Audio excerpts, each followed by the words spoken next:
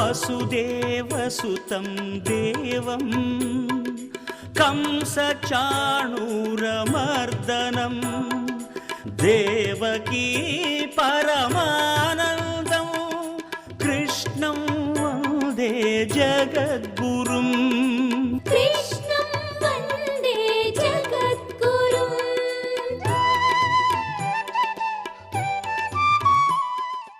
అమల నివాత సౌధములయందు మనోజ్ఞమరాళతోల తల్పముల శయించి రేపులు శుభస్థితి మాఘద సూత గీతనాదముల ప్రబోధముంబరయు ధర్మసుతుండు కఠోర భూమి భాగమున శయించి మేల్కొను శృగాల నినాద వికీర్ణ కర్ణుడై. ఆ ధర్మరాజు గారు ఉండేటటువంటి అంతఃపురం ఎంతో శోభాయమానంగా ఉండేటటువంటి అంతఃపురంలో వాసం చేసేటటువంటి వాడు. పైగా అటువంటి వాడు రాత్రి నిద్రపోయినప్పుడు మనోజ్ఞమైనటువంటి అనేక ధ్వనులను వింటూ నిద్రపోతాడు. అటువంటి వాడు మళ్ళీ మేల్కొనేటప్పుడు శుభస్థితితో మంగళప్రదమైనటువంటి శబ్దములను వింటూ లేస్తాడు. వంది మాగధి అని ఇద్దరు ఉంటారు. ఒకరు రాజుని, ఒకరు వంశ చరిత్రాన్ని కీర్తిస్తారు. వాళ్ళ యొక్క స్తోత్రాలు వింటూ నిద్రలేస్తాడు. అలా నిద్రలేవవలసినటువంటి ధర్మరాజు కఠోరమైనటువంటి అరణ్యంలో ఉన్న ఆ భూభాగం మీద నిద్రపోతున్నాడు. ఆయన నిద్ర లేచేసరికి నక్కలు కూస్తూ ఉంటాయి. నక్కల కోతలు వింటూ మేల్కుంటున్నాడు. నా కుమారులు చేసినటువంటి పని వలన నా తమ్ముని కుమారులైనటువంటి పాండవులు, అందున ధర్మమునకు కట్టుబడినటువంటి ధర్మరాజు ఇంత బాధపడుతున్నాడు. ఇందులో శ్లేష వేరొకటి ఉంది.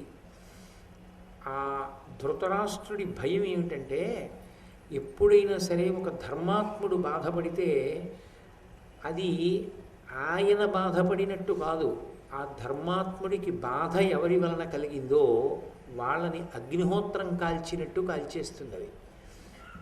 అందుకే సీతమ్మ దగ్గర మాట్లాడకూడని మాటలు మాట్లాడినటువంటి రావణుడు మరణించాడు. ధర్మరాజు గారికి కల్పించకూడనటువంటి కష్టాన్ని కల్పించిన కారణం చేత ధార్తరాష్ట్రులు నశించారు. అది ధర్మరాజు గారు అంత బాధపడుతున్నాడు అంటే ఆయన సత్యానికి ధర్మానికి కట్టుబడ్డాడు. సత్యానికి ధర్మానికి కట్టుబడిన కారణం చేత ధర్మరాజు బాధపడుతున్నాడు. అయ్యో, మన వలన ధర్మరాజు ఇంత బాధపడుతున్నాడని కూడా లేకుండా నా కొడుకులు భోగిస్తున్నారు కాబట్టి వాళ్ళెవరూ మిగలరు, ధర్మరాజే మిగిలిపోతాడు. ధర్మాన్ని పట్టుకున్నాడు కాబట్టి ధర్మరాజు ఎంత కష్టపడుతున్నాడో రేపు ధార్తరాష్ట్రులకు వచ్చేటటువంటి కష్టం కూడా అంత మిక్కుటంగా ఉంటుంది. ధర్మరాజు ధర్మం తప్పాడనుకోండి, అది ధార్తరాష్ట్రులకు రక్షణ. ఎందుకంటే ఆయన ధర్మం తప్పిపోయాడు కాబట్టి ఇక భగవంతుడు రక్షించవలసిన అవసరం లేదు. కానీ తన ధర్మాన్ని తాను పట్టుకుని ఉన్నాడు. ఇన్ని కష్టాలలో ఉన్నప్పటికీ కూడా తన ధర్మాన్ని తాను అతిక్రమించాడు ధర్మరాజు. ఇది లోపల ఒక రకమైన బాధ ధృతరాష్ట్రుడికి. బాహ్యమునందు ఒక మాట అంగీకరించవలసి ఉంటుంది. ఎంతైనా తన తమ్ముడి కొడుకులు, తనకి రాజ్యాధికారం లేదు, అసలు ఈ భూమండలాన్నంతటినీ గెలిచి రాజ్యాన్ని సంపాదించినవాడు పాండురాజు. ఆ పాండురాజు శరీరం విడిచిపెట్టాడు. తాను పెద్దనాయన కనుక ఆ బిడ్డల్ని ఎంతో ప్రేమతో హక్కును చేర్చుకుని లాలించి కాపాడాలి. కాపాడవలసిన వాడు కాపాడలేదు సరికదా, వాళ్ళని విశేషంగా కష్టపెడుతున్నాడు. ఇంత కష్టపెడుతుంటే తన తమ్ముడు ఆక్రోశించడు ఏ లోకంలో ఉన్నా. అది పెద్దనాన్నగా తనకి ఏ వైభవాన్ని తీసుకొస్తుంది? లోపల దానికి కుములుతున్నాడు. ఇన్ని కారణాల చేత ఏడుస్తున్నాడు ధృతరాష్ట్రుడు అని. అన్నలు తమ్ములున్ సతియునార్తిమయిన్ బహుదుఃఖమగ్నులయ్యున్న తెరంగు సూచి విజయుండు యుధిష్ఠిరవాక్యబద్ధుడై సన్నుతుడు ఉగ్ర పన్నగము చట్పున రోజుచు క్రోధశోక వేగోన్నతి నాత్మ ఏమనుచునుండునో నా సుతు తప్పులెన్నుచున్. వాళ్ళు బాధపడుతున్నారని ఏడవడం ఒకెత్తు, వాళ్ళ బాధ వాళ్ళలో ఉన్నటువంటి కక్షని పెంచుతుందని ఒక ఎత్తు. అది ధృతరాష్ట్రుని యొక్క ఏడుపు యొక్క ఆంతర్యం. నిజంగా కేవలం తమ్ముడు కొడుకులు బాధపడుతున్నారు అని ఏడిస్తే ఇంకే కారణము లేకపోతే ధృతరాష్ట్రుడు ఏడవడానికి అలా తను ఏడవలసినటువంటి అవసరం లేని స్థితిని కల్పించుకోవడంలో ఆయన్ని అడ్డు పెట్టేవాళ్ళు ఎవరూ లేరు. కాబట్టి ధృతరాష్ట్రుడు అంటాడు, అన్న బాధపడుతున్నాడు ధర్మరాజు గారు. ధర్మరాజు గారు బాధపడుతుంటే అర్జునుడు చూస్తూ ఊరుకోలేడు. కాబట్టి అన్న బాధపడుతున్నాడు, భీమసేనుడు అంతకన్నా బాధపడుతున్నాడు. ఎందుకని? ఆనాడు ద్రౌపదీదేవికి జరిగినటువంటి పరాభవ సమయంలో ఆయన ప్రతిజ్ఞ చేసి ఉన్నాడు. ఆ ప్రతిజ్ఞని పరిపాలించుకోవాలి, యుద్ధం రావట్లేదు. అన్నగారు చూస్తే క్షమాబుద్ధితో ఉన్నాడు, ఓర్పు వహిస్తున్నాడు. కొత్త కొత్త కొత్త కొత్త ఉడికిపోతున్నాడు. రోజు రోజుకి వాళ్ళు పడుతున్న కష్టాలు చూసి కుమిలిపోతున్నాడు. పైన అన్నలిద్దరూ బాధపడుతున్నారు, కింద తమ్ముళ్ళిద్దరూ బాధపడుతున్నారు, భార్య ద్రౌపదీదేవి బాధపడుతోంది. ఇంతమంది బాధపడుతున్నారు. తన చేతిలో గాంధీవం ఉంది, విశేషమైనటువంటి అస్త్ర సంపద ఉంది. అయినా కూడా విజయుడు యుధిష్ఠిర వాక్యబద్ధుడై ఎందుకు యుద్ధానికి రావట్లేదు అంటే, కేవలంగా ధర్మరాజు గారు ఇప్పుడు సమయం కాదురా యుద్ధానికి వెళ్ళొద్దన్నాడని యుద్ధానికి వెళ్ళలేదు. ధర్మరాజు గారి ఆజ్ఞకి బద్ధుడయ్యాడు తప్ప, లేకపోతే ఈ పాటికి ఉగ్రపన్నగము, చాలా కోపంతో ఉన్నటువంటి పెద్ద పాము ఎలా ఉంటుందో అర్జునుడు అలా ఉంటాడు. ఆయన ఏమనుచుండునో నా సుతు తప్పులిన్నుచున్, ప్రతిరోజు నా కొడుకులు చేసినటువంటి తప్పుల్ని ఆలోచిస్తూ ఉంటాడు, లెక్క పెడుతూ ఉంటాడు. అలా ఎంతకాలం ఆ తప్పుల్ని గుర్తుపెట్టుకుని స్మరిస్తాడో, ఎంతకాలం ఆ కష్టాలు చూసి బాధపడుతుంటాడో అంతకాలం ఇంకా ఆయనలో పగ పెరిగిపోతుంది. పగ పెరిగి పెరిగి పెరిగి పెరిగి దానికి ప్రతీకారం తీర్చుకోవడానికి 13 సంవత్సరముల తర్వాత అవకాశం రాగానే నా కొడుకులు మిగలరు. ఇది వాడి ఏడుపు. కాబట్టి శకుని కైతవము, దుశ్శాసను చేసిన దుష్కర్మమును, కర్ణు తులువతనము, దుర్యోధనునిదైన దుర్నిర్ణయంబును, చిత్తమున గిరిశల్యముల్వోలె నలప, దావాగ్ని తెరగున తరికొని క్రోధంబు వనవాసమనియుడు వాయుగతులనంతకంతకు వీర్చి, అవయవంబునెల్ల మండంగా ఎప్పుడు మధ్యముండు మొగము జేవురింప ముడివడు బొమలతో, నవుడు కరుచును భయంకరముగనున్న రూపు వాయకుండు నా మది, వాడ మిత్తినాదు పుత్ర మిత్రతతికి. ఆలోచన చేస్తున్నాడు. అంటున్నాడు, శకుని యొక్క దురాలోచన పండినట్టు కనపడింది, నా కొడుక్కి రాజ్యమంతా తెచ్చిచ్చినట్టు కనపడింది. పైకి వింటున్న బ్రాహ్మణుడికి ఒకలా అర్థం అవ్వాలి, తన లోపలి భావన ఇంకొకటి. శకుని చేసినటువంటి దురాలోచన, దుశ్శాసనుడు చేసినటువంటి దుష్కృత్యము, ద్రౌపదీదేవి యొక్క వస్త్రాపహరణ, ఆయన చేసినటువంటి ఆ దుష్కృత్యము, అలాగే కర్ణుని యొక్క నీచమైనటువంటి బుద్ధి. అసలు దుర్యోధనుడి పుర్రెలో పుట్టని ఆలోచనలు కూడా పుట్టేటట్టుగా మాట్లాడతాడు. అది అతనికి ఉన్నటువంటి లక్షణం. కాబట్టి కర్ణుని యొక్క నీచత్వం, దుర్యోధనుని యొక్క దుష్టమైనటువంటి నిర్ణయం, ఈ 4 అడవి పంది ముళ్ళు గుచ్చుకుంటే ఎలా లోపల బాధ పెడుతూ ఉంటుందో అలా ఆ కిరి అంటే అడవిపంది, అడవిపంది యొక్క ముళ్ళు కుచ్చుకున్నటువంటి వాడు ఎలా బాధపడతాడో అలా భీముడు ఎప్పుడూ బాధపడుతూనే ఉంటాడు. ఇది ఆయనలో పగని పెంచుతుంది. ఈ పగకి, ఈ పగ అన్న అగ్నిహోత్రాన్ని వనవాస కష్టం అనేటటువంటి వాయువు ఎగదోస్తుంటుంది. అంటే బాధంతా ఏమిటంటే, వీళ్ళు పన్నినటువంటి పన్నాగం ఇది కూడా పూర్తి స్థాయిలో ఫలితాల్ని సాధించి పెట్టలేదు. తాత్కాలిక ప్రయోజనమే తప్ప అది శాశ్వతత్వాన్ని పొందలేదు. ఇందులో ఒక్క విషయాన్ని కొంచెం విచారణ చేసుకోగలిగాడు అనుకోండి, ధర్మాన్ని పట్టుకున్నవాడు ఎటువంటి స్థితికి వెడుతున్నాడు, అధర్మాన్ని పట్టుకున్నటువంటి నా కొడుకు శాశ్వత ప్రయోజనాన్ని పొందలేడు, ఖచ్చితంగా మృత్యువునకు వశుడైపోతాడు అనుకుంటే, నిజంగా ధృతరాష్ట్రుడు మంచి చెయ్యాలనుకుంటే కాదనే వాళ్ళు ఎవరు లేరు. విదురుడు చెప్తే ఇచ్చేవయ్యా అర్ధభాగం అన్నాడు, వినడు. నువ్వు అలాగే చెప్తావు, చాలా తేలిక, కొడుకు సంతోషపడకుండా సుఖపడకుండా ఉన్న రాజ్యాన్ని పాండవులకి ఎందుకు ఇస్తానన్నాడు. అసలు పెద్ద విషం అంతా ఎక్కడుంది అంటే ధృతరాష్ట్రుడిలోనే ఉంది. కాబట్టి అంతకసుతు హృదయంబున అంత కలుగనేరదలుక అర్జున మదిలో అంత కలుగ అమ్మారుతి అంతక నిభుడు అధిక రోషుడనవరతంబున్. యమధర్మరాజు కొడుకైనటువంటి ఆ ధర్మరాజు గారు ఉన్నాడే, ఆయన మనసులో అంత కోపం ఉండదు. ఎందుకని అంటే ఆయనకి ఎప్పుడూ ధర్మం కావాలి. కోపం బాగా పట్టుకుని ఉందనుకోండి, కోపం ఎప్పుడు పట్టుకుని ఉంటుంది? ఏది అప్రీతికరమైన విషయమో దాన్ని స్మరిస్తే కోపం నిలబడుతుంది. అప్రీతికరమైన విషయాన్ని స్మరించకుండా మనసును నిగ్రహించగలిగాడు అనుకోండి, కోపం నిలబడదు. అది దాని యొక్క స్థావరం అక్కడ ఉంటుంది. అందుకే కామక్రోధములు రెండు అక్క చెల్లెళ్ళుగా ఉంటాయి. ఓ కోరిక పుట్టిందనుకోండి, అది అనురాగం. నాకు ఈ కోరిక తీరాలి అని కోరుకుంటే అది రాగం. ఆ కోరిక తీరలేదనుకోండి, నేను వెంటనే వెతుక్కుంటాను, నా కోరిక తీరకపోవడానికి ఎవరో కారణమై ఉండాలి అని ఆ కోరిక తీరకపోవడానికి కారణమైన వ్యక్తిని వెతుక్కుంటాను. వెతుక్కుని అప్రీతి అంతా పట్టుకెళ్ళి ఆయన మీద నిక్షేపిస్తాను. నిక్షేపించి ప్రీతి అప్రీతి ఈ రెండు కూడా మనసు యొక్క స్మరణలకి హేతువులు. మనసు స్మరించేది ఈ రెండు కారణాలకే స్మరిస్తుంది. ఒకటి స్మరించింది అంటే ప్రీతి వలన స్మరిస్తుంది. ప్రేమ ఉందనుకోండి స్మరిస్తుంది. ఇప్పుడు నేను ఏం చేసినా ప్రతిరోజు ఓ మాట నా కొడుకు నాకు జ్ఞాపకానికి వస్తాడు. ఎందుకు జ్ఞాపకానికి వస్తాడు అంటే వాడి మీద నాకు ప్రీతి ఉంది. నా కొడుకు కాబట్టి నాకు వాడి మీద ప్రేమ సహజంగా ఉంటుంది. అందుకని నేను ఎన్ని పనుల్లో ఉండనివ్వండి, ఒక్కసారైనా వాడు నాకు జ్ఞాపకానికి వస్తాడు. అలాగే నాకు అప్రీతి ఉందనుకోండి, ఎవరంటేనో నాకు కక్ష ఉందనుకోండి, కక్ష ఉంది కాబట్టి వాళ్ళు కూడా నాకు జ్ఞాపకానికి వస్తుంటారు. ప్రీతి ఉన్న చోట స్మరించినప్పుడు శక్తి నష్టం అవుతుంది, నష్టం అవ్వకపోవడం ఉండదు. ప్రీతి ఎక్కడ ఉందో ఆ వస్తువుని స్మరించినా, ఆ వస్తువుని అనుభవించినా శక్తి నష్టం అవుతుంది.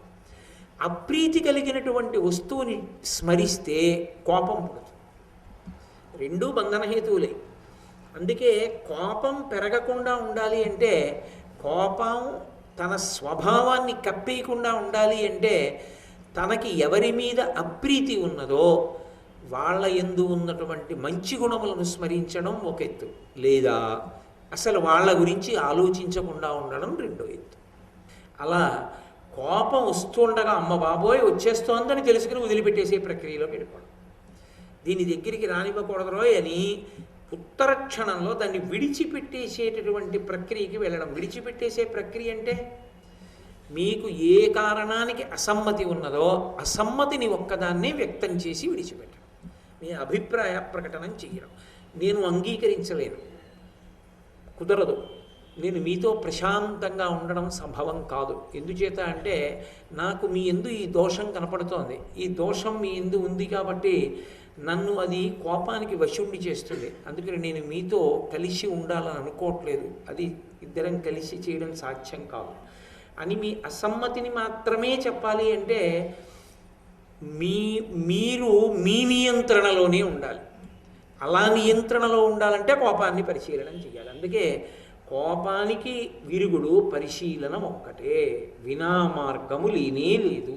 ఎందుకనంటే ఎన్ని విననివ్వండి, లోకంలో ఉండేటటువంటి పెద్ద విశేషం ఏమిటంటే అంతఃకరణమును సాక్షిగా తీసుకొని విన్నటువంటి విషయాల్ని ఆచరణలోకి తెచ్చుకునేటటువంటి ప్రయత్నం చేసేటటువంటి వాడికి తప్పు చెయ్యకుండా చూడడానికి ఏదీ అక్కర్లేదు. అసలు ఆ పరిశీలన లేనివాడికి తప్పు చెయ్యకుండా ఉండడానికి ఎదురుగుండా ఏదున్నా ఆపలేరు. నేను అన్న విషయాన్ని మీరు పట్టుకున్నారో లేదు. నేను 18 పర్వాల భారతాన్ని అలా పెట్టి, శ్రీరామాయణం 7 కాండలు పెట్టి, వెనకాతల భగవద్గీత పుస్తకాలు పెట్టి, త్రిమూర్తుల యొక్క మూర్తుల్ని చుట్టూ పెట్టి మధ్యలో కూర్చోపెట్టిన తప్పు చేసేవాడు చేస్తాడు, వీటి సాక్షిగానే చేస్తాడు. ఎందుకు చేస్తాడు అంటే అసలు ఆయన మనసు మీద ఆయనకి అదుపు లేదు, అందుకు చేస్తాడు. ఇవేవీ ఉండక్కర్లేదు, ఈశ్వరుడు ఉన్నాడు, వాడు చూస్తున్నాడు కాబట్టి నీ చెయ్యి. ఇవేవీ లేకపోయినా మనసు పరిశుద్ధంగా ఉంటే తప్పు చెయ్యడు. మనసు పరిశుద్ధమవడానికి హేతువు ధర్మం. ధర్మమునందు అనురక్తి. నేను ఇది చెయ్యకూడదు, నేను దాన్ని పట్టుకోవడానికి వీల్లేదు, నేను అది పట్టుకుంటే ఈశ్వరుడు నా మీద ఆగ్రహిస్తాడు, నువ్వు ఎందుకు దాని జోలికి వెళ్ళావు, తప్పు కదా, అలా చెయ్యొచ్చా, ఎందుకు వెళ్ళావంటాడు.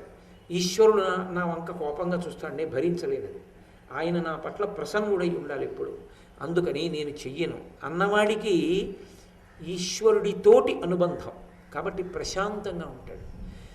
అందుకని ఇన్ని జరుగుతున్నా కూడా ధర్మరాజు గారు కోపం పొందాడు. ధర్మరాజు గారే కోపం పొందితే భారతం ఇంకొకలా ఉంటుంది. ఆయన పొందడు. ఎందుకు పొందాడంటే ఇది గొప్ప విషయం. ఇన్ని ఉత్థాన పతనముల యందు ఉండనివ్వండి, అటు పెరగనివ్వండి, ఇటు తరగనివ్వండి, ధర్మాన్ని ఒక్కదాన్నే పట్టుకుంటాడు. అది చాలా చాలా చాలా చాలా గొప్ప విషయం. ఏదైనా ఒక విషయాన్ని చేసేటప్పుడు, నిర్ణయం చేసేటప్పుడు ఇది ధర్మచట్రంలోకి ఇముడుతోందా అదొక్కటే, ఇంకేమి లేదు దానికి. ఇది నేను చెయ్యొచ్చా, ఇది నేను చేయకూడదా అని వచ్చింది అనుకోండి, ఇది ధర్మచట్రంలోకి ఇముడుతుందా అదొక్కటే. ధర్మచట్రంలోకి ఇముడుతుంది, చేసేయి, ఈశ్వరుడికి దగ్గరగా జరిగిపోతావు. ఇది ధర్మచట్రంలోకి ఇమడదు, చెయ్యకు, చేస్తే దూరంగా జరిగిపోతావు. రెండూ ప్రయాణాలే. తాడు ఇలా తిప్పాను అనుకోండి, కట్టేశాను, తాడు ఇలా తిప్పాను అనుకోండి, విప్పేశాను, అప్పుడు చేయి తిరుగుతుంది, ఇప్పుడు చేయి తిరుగుతుంది. ధర్మచట్రంలోకి ఇమిడినది చేస్తే ఈశ్వరుడికి దగ్గరవుతున్నాడు, ధర్మచట్రంలోకి ఇమడినది చేస్తే ఈశ్వరుడికి దూరం అయిపోతున్నాడు. ధర్మం అన్నది నిర్ణయించవలసిన వాడెవరు? నేను కాదు.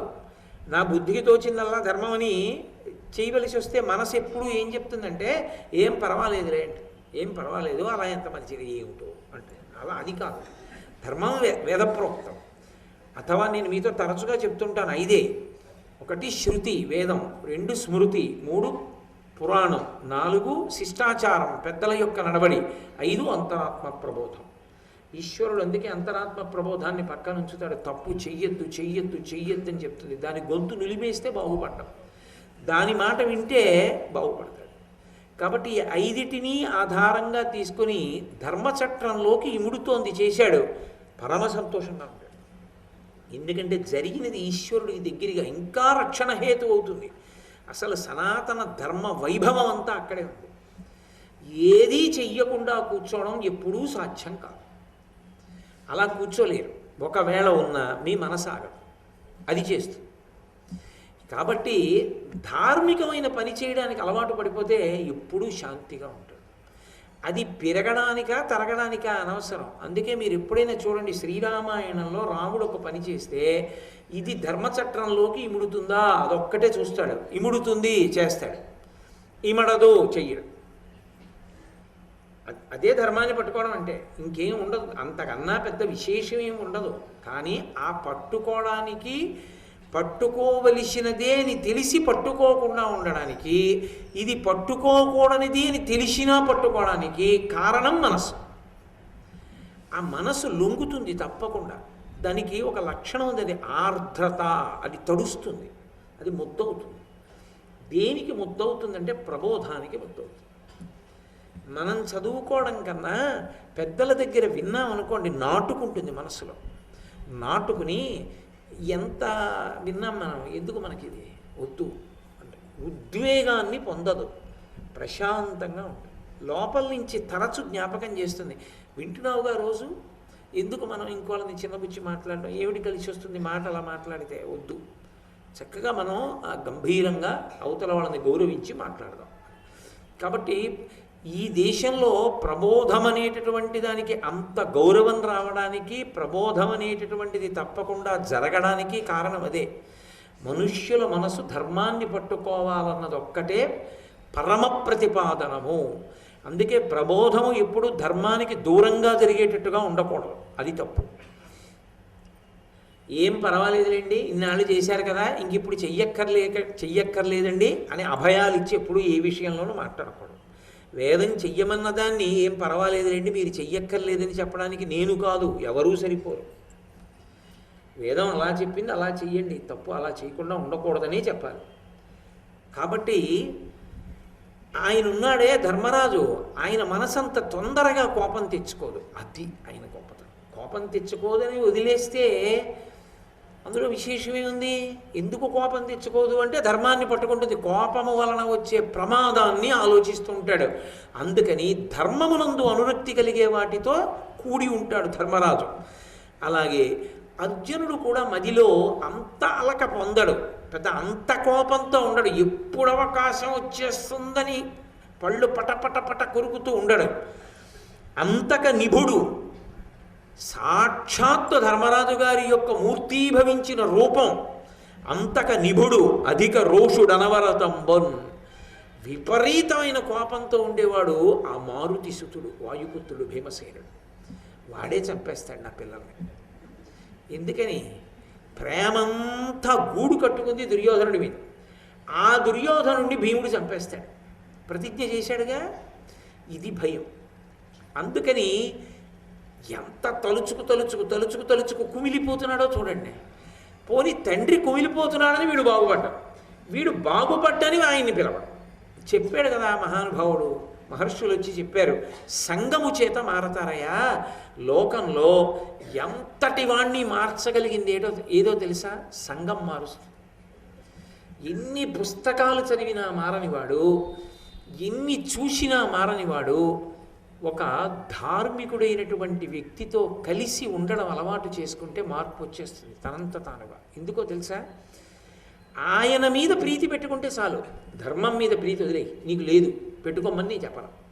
ఎవరికి? మారడం కోసం నేను చెప్తున్నది తప్ప ధర్మాన్ని వదలమని నేను ఎప్పుడు చెప్పను. అటువంటి వాడు ఒక ధార్మికుడైన వ్యక్తిని గౌరవించడం మొదలుపెట్టాడు అనుకోండి. పాపం ఆయనండి నమ్ముకున్న దానికి పాటుపడుతుంటాడు అన్నారనుకోండి. ఇప్పుడు మీరు ఆయనతో కలిసి ఉండడాన్ని ఇష్టపడితే ఆయన ఏం చేస్తాడు? రామయ్య దేవాలయానికి వెళ్ళొద్దాం అంటాడు. ఆయనతో కలిసి గుళ్ళోకి వెళ్ళాలా? రామయ్య సంధ్యావందనం చేద్దాం వేళ అయింది అంటాడు. ఏమయ్య ఎంత మంచి విషయం చూడు, ఎంత గొప్ప విషయం మాట్లాడుతున్నారో అంటాడు. వినగా వినగా ఆయనతో వెళ్ళగా వెళ్ళగా చదవగా చదవగా మెల్లిగా ఏమవుతుంది? మార్పు ప్రారంభం అవుతుంది. అందుకే సంగము వలన మారనివాడు ఉండడు. ధర్మరాజుని తీసుకొచ్చి పట్టాభిషేకం చెయ్యి, పక్కన తమ్ముడిగా ఉంటాడు, అప్పుడు మారతాడని చెప్పారు. చేశాడా? ప్రాణం పోయినా పట్టాభిషేకం చేయడు. తన కొడుకే ఏలుకోవాలి. చచ్చిపోతాడని బాధపడితే పరిష్కారం ఎక్కడి నుంచి దొరుకుతుంది? అంటే మౌఢ్యం. దీనివల్ల కొడుకు పాడైపోతున్నాడని తెలిసి అలా వద్దురా అని చెప్పలేకపోయిన ఏ తండ్రి అయినా ధృతరాష్ట్రుడే అవుతాడు అప్పుడు. కాబట్టి అందుకే మహాభారతమేది అది ఎప్పటికీ ఉండే కథ. ఒకనాడు ఉండి ఒకనాడు లేని కథ కాదు. కాబట్టి అదిగో ఆ భీముడంటే భయం. ధృతరాష్ట్రుడికి ఎప్పుడూ కడుపులో బాధంతా ఎవరి మీద అంటే భీముడి మీదే. ఆఖరికి తను అనుకున్నట్టు జరిగింది. చచ్చిపోయాడు దుర్యోధనుడు. దుశ్శాసనుడి గుండెలు బద్దలగొట్టి నెత్తురు తాగాడు. చిట్ట చివర కడుపులో ఆ కక్ష ఉండిపోయింది. భీమసేనుణ్ణి కౌగిలించుకుని, అంత వృద్ధుడైనా కూడా ప్రేమతో కౌగిలించుకున్నట్టుగా కౌగిలించుకుని ఆ కౌగిటిలో ఆయన ఎముకలు విరిగిపోయేటట్టుగా కౌగిలించుకోవడానికి ప్రయత్నించాడు. మహానుభావుడు కృష్ణ భగవానుడు ఉన్నాడు కనుక, నాయనా భీమా రా అన్నాడు. కురుక్షేత్ర సంగ్రామం అంతా అయిపోయాక, నువ్వు వెళ్ళకు, మీ పెద్దనాన్న ప్రేమ ఏమిటో నాకు తెలుసు అని ఉక్కు భీముణ్ణి తోశాడు. తోస్తే పరమ ప్రేమతో కౌగిలించుకున్నట్టుగా కౌగిలించుకుని ఆ వయస్సులో కౌగిలి బిగిస్తే ఉక్కుమూర్తి ముక్కలై కింద పడిపోయింది. అప్పుడు పెద్దనాన్నగారు నేను ఇక్కడే ఉన్నానన్నాడు భీమసేనుడు. చచ్చి బతికాడు. అందుకే చిట్ట చివరికి తిట్టాడు విదురుడు వచ్చి, ఏరా చెప్పిన మాట వినలేదా? కొడుకులు చచ్చిపోయారా? సిగ్గు లేకుండా ధర్మరాజు దగ్గర ఉండి అన్నం తింటున్నావా? భీముడు ధర్మరాజు పెడితే నీకు ఇంకా రాలేదురా మార్పు, రాదా జీవితంలో అని అడిగాడు. అప్పుడు పోయాడు. వసుదేవసుతం దేవం కంస చాణూరమర్దనం దేవకీ పరమానందం కృష్ణం వందే జగద్గురుం